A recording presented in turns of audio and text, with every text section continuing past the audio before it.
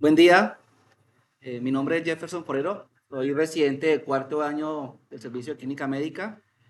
En esta ocasión presentamos el caso clínico de un paciente que estuvo internado en el cuarto piso con diagnóstico inicial de una infección complicada del tracto urinario, la cual es una entidad que es bastante frecuente de internación en su servicio. Pero en este paciente en particular, por las múltiples interacciones que tuvo infectológicas, hubo necesidad de hacer varias intervenciones con otras especialidades para llegar a un diagnóstico definitivo y así que recibiera un manejo adecuado. Ateneo está a cargo del cuarto piso, de la doctora Mossi, la doctora Escalabino, el doctor Rabinovich, la doctora Sandoval y Jefferson Forero. Hola, ¿qué tal? ¿Cómo les va? Buenos días. Mi nombre es Santiago. Yo soy recién de primer año de clínica médica. Vamos a empezar a contarles un poco sobre el caso de este paciente que tuvimos en internación ya el año pasado, en un hombre de 78 años que cursaba con antecedentes personales de relevancia, con un cáncer vesical, con una cistoprostatectomía radical y una ureterostomía bilateral realizada ya hace 15 años, una cardiopatía isquémica con colocación de stent coronario con doble antiagregación, una última internación un mes previo a que se produzcan todos estos acontecimientos por una hematuria y la presencia de un hematoma intraperitoneal que fue interpretado en su momento como secundario a esa doble antiagregación, ictus a repetición con un último rescate de Escherichia coli y Pseudomonas aeruginosa en los urocultivos, diabetes mellitus tipo 2 no insulino requiriente, insuficiencia renal crónica con valores habituales de creatinina de 1.2 e hipertensión arterial.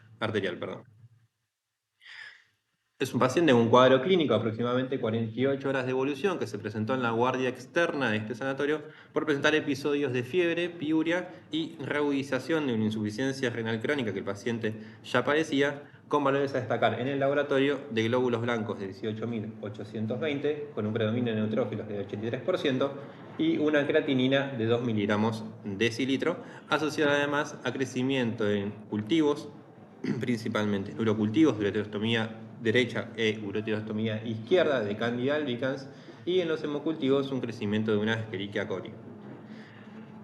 Por todo esto, el paciente en aquel momento comenzó a hacer tratamiento para las infecciones bacterianas que fueron aconteciendo en el medio, todas interpretadas como intranosocomiales, con los rescates ajustados, con el tratamiento antibiótico, ajustado a los rescates y sensibilidad, e inició tratamiento con fluconazol endovenoso por el crecimiento de esta candida en los urocultivos.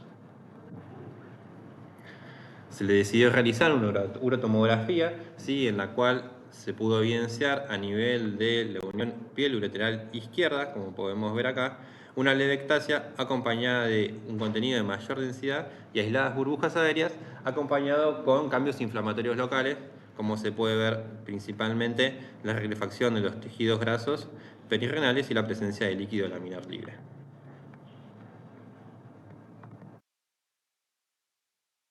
El paciente, a pesar del tratamiento empleado con el fluconazol endovenoso, continuó evolucionando con episodios reiterados de obstrucción de la ureterostomía izquierda, con fiebre y episodios de pirogenemia, además de un deterioro de la función renal, por lo cual se le continuaron realizando cultivos en la mayoría de estas intercurrencias, en las cuales se pudo evidenciar como principal característica, continuaba persistente los crecimientos de Candida albicans en los urocultivos. En un inicio de la ureterostomía izquierda y derecha, y ya después continuando positivo en la ureterostomía izquierda. Por todo esto se decide hacer interconsulta con el servicio de urología y el servicio de infectología, y se solicitó una nueva urotomografía en la cual lo que se pudo ver es cómo había aumentado esa dilatación pielocalicial ubicada a nivel del riñón izquierdo, con una apertura pielica de aproximadamente 35-36 milímetros, además de una mayor rarefacción de los planos grasos adyacentes y del líquido libre laminar.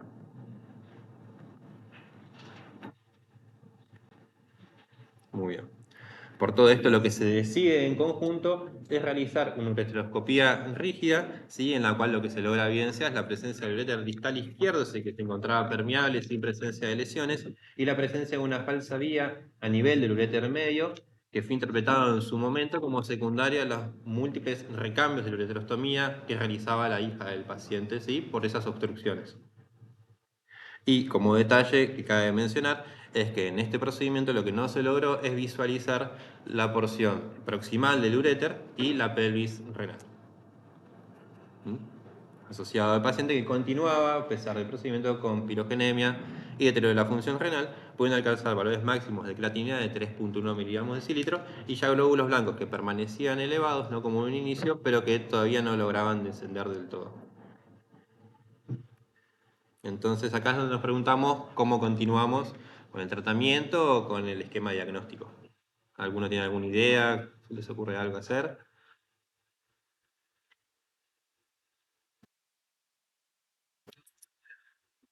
¿Cómo, perdón?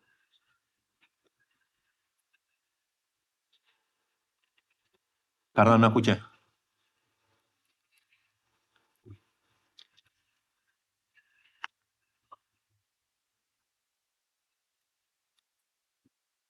Sí. ¿Alguien algo más?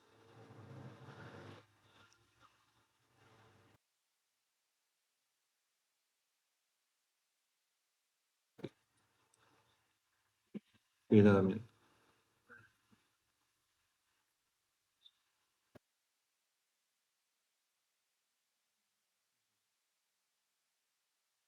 Sí, sí. Doctora, ¿usted quería decir algo?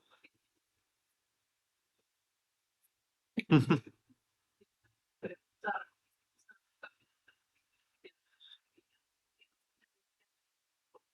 mm,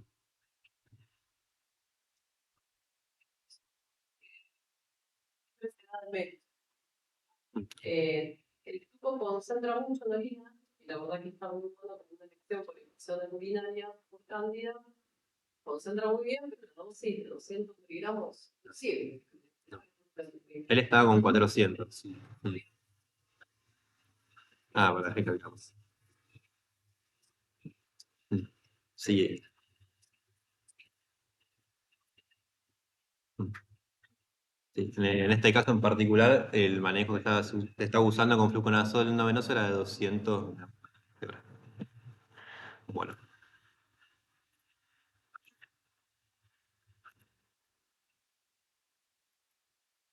¿la imagen o la anterior? ¿El informe completo? Sí. Mm. Eso, informaba la dilatación perocalicial, exactamente, sí.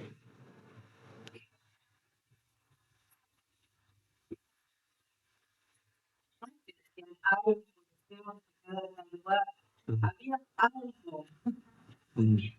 ahí en el que no tenía claro que era solo de la gestión, y no, había un lito detrás que obstruía, no había una conexión.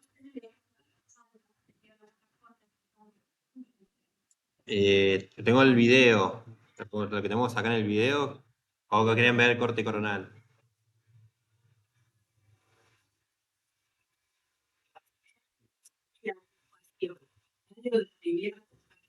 Ah, mm.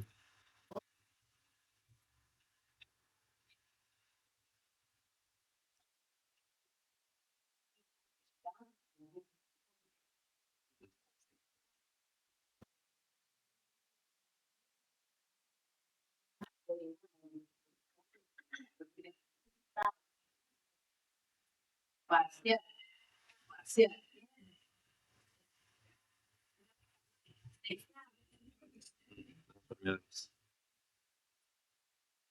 Mm.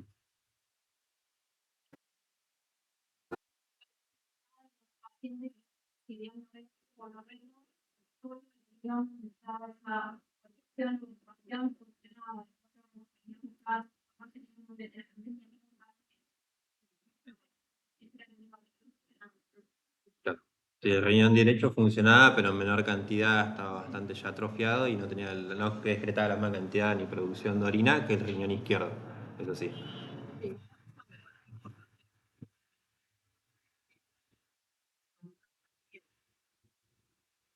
Mm. Mm. Cuando vemos cuando la pena, ah, Mm. Sí, sí.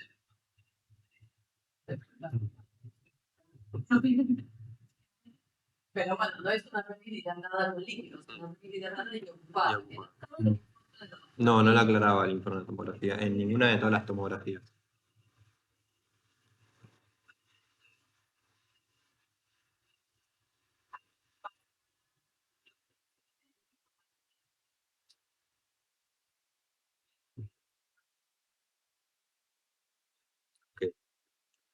Todo esto fue lo mismo que se debatió en conjunto con urología, ¿sí? Y con infectología, por lo que se decidió realizar una ureteroscopía flexible junto a una nefrostomía percutánea izquierda, en la cual se hizo un drenaje de una colección que se evidenció en la ureteroscopía flexible, sí, hematopurulenta. Además, se le colocó una nefrostomía en el cáliz inferior y en la pelvis renal y se tomó muestra de ese material, de esa colección que se había encontrado para envío a cultivos y anatomía patológica. Acá podemos ver la imagen, ¿sí? En la cual se ve el material obtenido mediante el procedimiento de aspecto blanquecino, algodonoso, ¿sí? Que era fiable, ahí se los marco bien. Ahí lo tenemos. Ese mismo. Asociado además a una vez ya hecho el procedimiento, como se evidenció posterior al mismo, en el mismo día, como una elevación de los blancos a 22.000, que se interpretó en ese momento como secundario a la intervención quirúrgica, y ya un descenso de los niveles de creatinina que empezaban a bajar a 2.8, con cultivos posteriores al procedimiento en los cuales seguía estando persistentemente la Candida albicans presente. Se hizo una tomografía control después del procedimiento, ¿sí? En la cual se ve como ya esa dilatación pielocalicial que presentaba de 35 minutos aproximadamente había disminuido, está cercana a los 20 milímetros, y el paciente, a pesar de todo, de la reducción de la dilatación, de la extracción del material y de continuar con tratamiento con fluconazo endovenoso, seguía evolucionando con episodios febriles, seguía con deterioro de la función renal y seguía con episodios de pirogenemia, ¿sí? Días posteriores se recibe anatomía patológica de ese material, que informa un material fibrino-leucocitario con hematíes, que englobaba numerosas cifas tabicadas y levaduriformes, sin presencia de células displásicas ni malignidad, que eran compatibles con una infección micótica. Entonces, bueno, ¿cómo continuamos el tratamiento?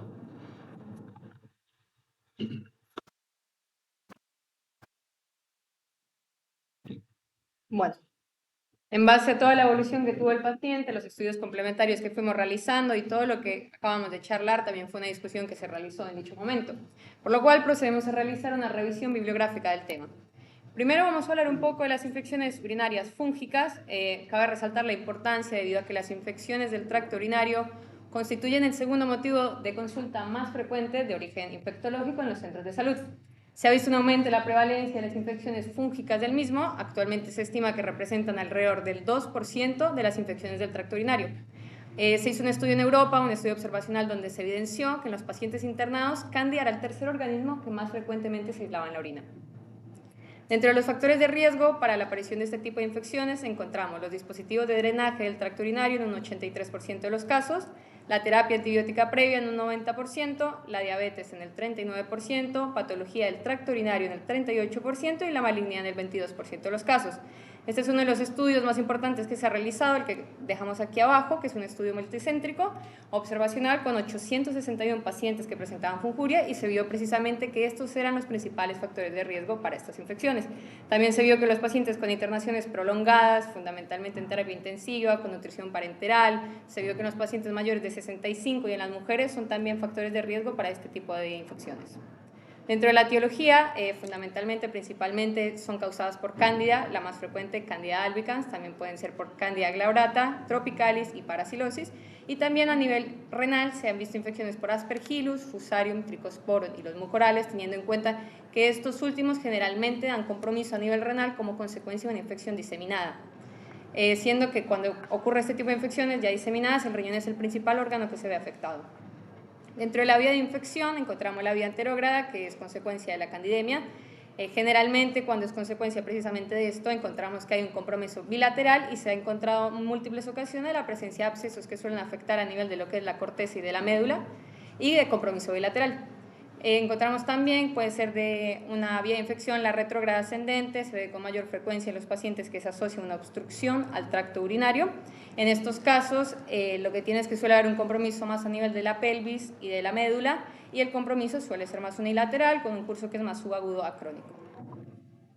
Dentro de las complicaciones que pueden presentar las infecciones fúngicas del tracto urinario, encontramos la fungemia, cuando la infección es diseminada sistémica cursan con una alta mortalidad. Encontramos también el absceso renal, que en estos casos se recomienda tanto el tratamiento y el drenaje como el tratamiento sistémico con antifúngicos. El compromiso de próstata, epidídimo y testículos son bastante infrecuentes, se ve más que todo en los pacientes mayores con diabetes, y la bola fúngica, que es una complicación rara. Vamos a definir que la bola fúngica es una masa de tejido blanquecino constituida por debris inflamatorio, necrosis papilar, células descamadas, micelios e hifas, que tiene como consecuencia que puede provocar una obstrucción del tracto urinario generando una hidronefrosis, y esto precisamente genera que sea una infección persistente que es de difícil erradicación. Dentro de las causas más comunes que encontramos de una obstrucción del tracto de la vía urinaria van a ser los litos, los tumores o los coágulos, pero las bolas fúngicas, si bien son extremadamente raras, es también un diagnóstico diferencial que se debe tener en cuenta. Para el diagnóstico de la bola encontramos los métodos por imágenes como la ecografía y la tomografía computada, donde el aspecto radiológico característico va a ser el defecto de relleno que se encuentra a nivel intraluminal, si bien no es patognomónico. A nivel de la tomografía se ha descrito que puede aparecer una masa tipo coliflor. También para el diagnóstico fundamental son los estudios endoscópicos, como la cistoscopía, la ureteroscopía y la nefroscopía, sino que estos son métodos tanto diagnósticos que también nos va a ayudar al tratamiento. La histopatología y los cultivos. La histopatología nos va a dar el diagnóstico confirmatorio definitivo de la bola fúngica y nos permite hacer el diagnóstico diferencial de las patologías que mencioné que son la causa más frecuente de la obstrucción del tracto urinario. Bueno, para el tratamiento de la misma encontramos tres pilares. En un primer momento, los antifúngicos sistémicos, como son la anfotericina B o el fluconazol. Estos son los fármacos que más se utilizan debido a que alcanzan concentraciones altas en la vía urinaria. Se ha visto que otro grupo de fármacos, como son las equinocandinas, caspofungina, nidolafungina, no se excretan de manera activa a nivel urinario. Sin embargo, varios estudios han demostrado que la caspofungina puede llegar a ser utilizada en infecciones por cándida resistente a fluconazol, debido a que alcanzan concentraciones tisulares a nivel del parénquima renal adecuadas para el tratamiento. El segundo pilar encontramos la remoción quirúrgica o endoscópica de la bola fúngica, sea a través de la nefrostomía o de la ureterostomía, y la irrigación local de antifúngicos. Esto da un buen efecto debido a la alta concentración local de la droga y la acción física directa que la infusión genera para la dispersión del besoar. Cabe resaltar que hay que tener en cuenta dentro de las complicaciones para anfotericina B la alta nefrotoxicidad que ocurre y que muchas veces los pacientes no toleran la infusión. Ay. Bueno, cuando empezamos la revisión bibliográfica del tema, nos llamó la atención que más que todo la información se halla a través de lo que son reportes de casos. No hay información por la poca frecuencia y la poca aparición de este tipo de complicación en las infecciones del tracto urinario por hongos. En la mayoría de estos casos son casos similares al de nuestro paciente, pacientes con una candiduria persistente, donde se observan por estudios por imágenes, las imágenes que les mencioné que pueden ser características y que persistían con la candiduria pese a haber realizado un tratamiento que se encontraba ajustado. Por ejemplo, para mencionarles la poca frecuencia, la ITSA, realmente hay un pequeño apartado sobre lo que es la bola fúngica. En base a toda esta revisión bibliográfica, volvemos al caso de nuestro paciente, por lo cual se inició la irrigación con fluconazol por el tubo de nefrostomía por 7 días. Esto lo encontramos en todos estos reportes de casos, la gran mayoría se utiliza esto como un tratamiento. Se recomienda una dosis de fluconazol de 300 miligramos en 500 mililitros de solución fisiológica que se da en 12 horas, que la idea es darlo a bajo flujo para evitar aumentar la presión que ya puede estar aumentada por la obstrucción del tracto urinario. Posteriormente, el paciente continúa a su vez con tratamiento con fluconazol sistémico, evolucionando a febril y con buena tolerancia al tratamiento. Realizándose posteriormente, el paciente se va de alta con control por consultorios externos de infectología, se hace un urocultivo control el mes siguiente donde no se encuentra rescate de Candida albicans. Entonces, como conclusiones importantes de este Ateneo, encontramos que la bola fúngica es una complicación rara pero seria de las infecciones urinarias fúngicas. El tratamiento debe incluir antifúngicos parenterales, drenaje de la vía urinaria y la instilación local de antifúngicos. Como bien mencionábamos, tener en cuenta que la anfotericina B es bastante nefrotóxico. Varias guías, la ITSA recomendaba con anfotericina B. Sin embargo, la anfotericina B da una alta nefrotoxicidad también por el efecto tóxico directo que tiene sobre las células tubulares renales, por lo cual se utiliza más que todo fluconazol. Y tener en cuenta que es fundamental el manejo interdisciplinario para el control de la infección.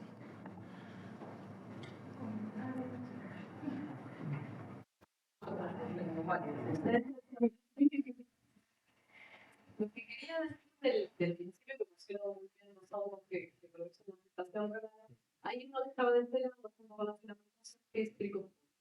Nosotros tuvimos infección por tricotón no hace mucho, un paciente ambulatorio, diabético. Pero con la pandemia, el conjunto es un óvulo uniforme grande, con mucha menos preguntas. Lo que pasa es que también es menos buscado y se diagnostica más tarde. Y algunas otras tuvimos alguna leucemia rara, pero en la pandemia no, yo no las tengo notadas, pero tuvimos 3 o 4 leucemias, de las cuales la mayoría y es importante tener en cuenta estas cosas porque la sensibilidad de la gente es absolutamente diferente. Uno para cada uno usa equinocandinos, que tienen dos de 2 levaduras, usamos equinocandinos, pero hay uno que son interesantes. Uno de esos es tipo, otro es criptófono. Un paciente que lo también estudió con levaduras en el ECMO. Así que eso quizás es una alerta de ese factor. Para que no sepa lo que está en el paciente, a veces se alerta más, pero me parecería importante nombrarlo. Y otra cosa iba a decir, bueno, el problema de la fotericina, que lo discutimos muchas veces con este paciente, por suerte es una cándida sensible. ¿Por qué? Porque si tenemos una cándida resistente al fluoroquinolol, no tiene una concentración renal, las equinocandinas tampoco, salvo la casco que uno concentra igual, no es la mejor. Y la fotericina que usamos nosotros, que es la liposomal, tampoco concentra bien. Por eso es menos. Lo que hay que usar si uno tiene una buena fotericina para que concentre en aminoácidos es oxicolato. Que obviamente es nefrotóxica, por lo cual no sería una suerte de campo de más y creo que en todos lados es como la bola fúngica que se produce en el parénquima pulmonar, además del difúngico, hay que lavarla, sacarla y darle algo para la cavidad del pulmón, te va a pasar lo mismo. Hay que lavar, porque eso es un gran biofilm y los antifúngicos no se defenden, por más que le dé mucho tiempo. Entonces hay que lavar y instilar idealmente, que por ahí acá ustedes lo dijeron todo muy lindo, pero claro,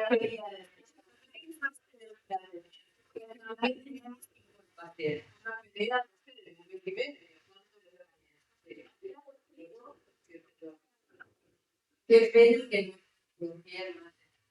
Estuvo bueno el trabajo, pero llevó una inmensa dificultad. Yo uno de los endoscopios que necesitaron, tuvo que comprarlo, ¿no? Muy distinto el anterior que lo tuve fuera de lucha. Como decía María, la criterio de que la vida ordinaria funcionaba en la positiva, que no tenía no parte de los está perdiendo vida, porque se está saliendo, pero el único que estamos haciendo que hace que tengamos 6 cultivos totales de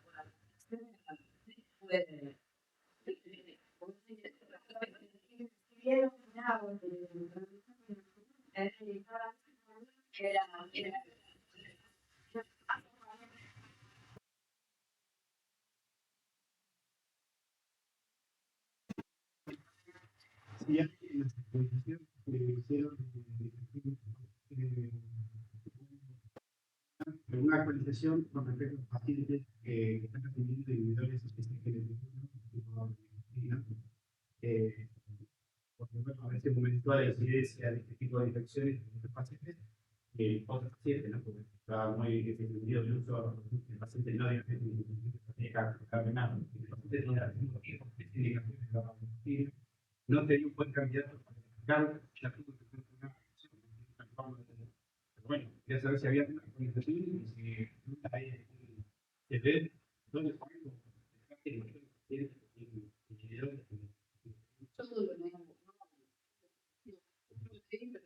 no sabemos por qué. Es el que dice No hay mucho de cambio. Yo el año pasado, yo hice uno para buscar la pieza de la y lo usamos un rato, todavía no. Pero no hay mucho de candida nominal, porque además es muy difícil, muchas veces es asintomática y no hay que tratar, pero a veces es difícil en este paciente no hay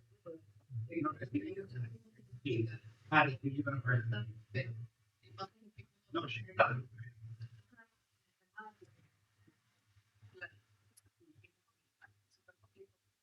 No, Esto ya no es un paciente de investigación del alumno, tengo mostrado.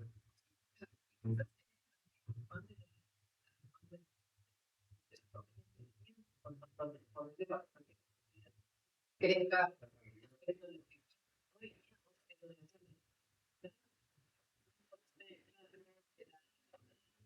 Como el hombre.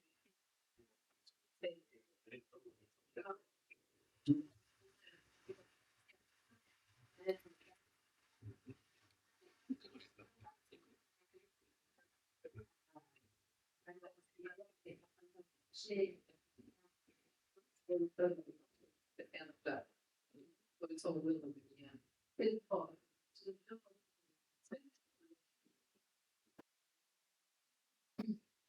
Querían sacar.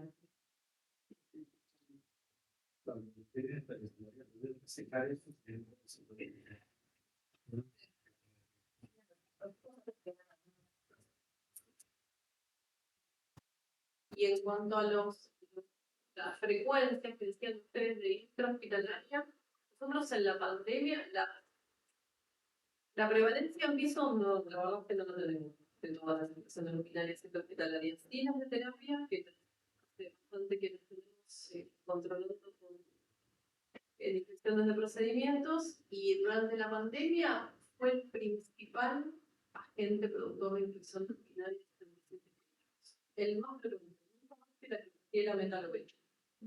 Después fue bajando la frecuencia y el año pasado tuvimos creo que un 15% de contraste en infección hospitalaria terapia. Pero logró bajar. Y me parece que eso está directamente relacionado a la utilización de antibióticos y de los efectivos. Pero cuanto más antibióticos más flora y más va a estar ganando.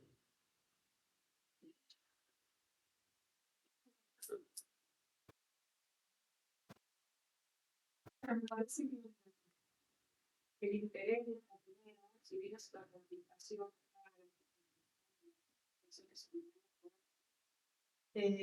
tiene que ver también con la utilización de todas las con todas las dificultades que comunicar, la buena condición de turno. Me parece que desde lo crítico, para nosotros, la enseñanza es actuar sobre los factores de riesgo que podamos modificar, el uso de las técnicas, el uso correcto de los antibióticos, la duración del tratamiento de nutrición parenteral, todo aquello que se pueda modificar y que, bueno, contribuye, digamos, a buscar el riesgo de comunicación. Así que, bueno,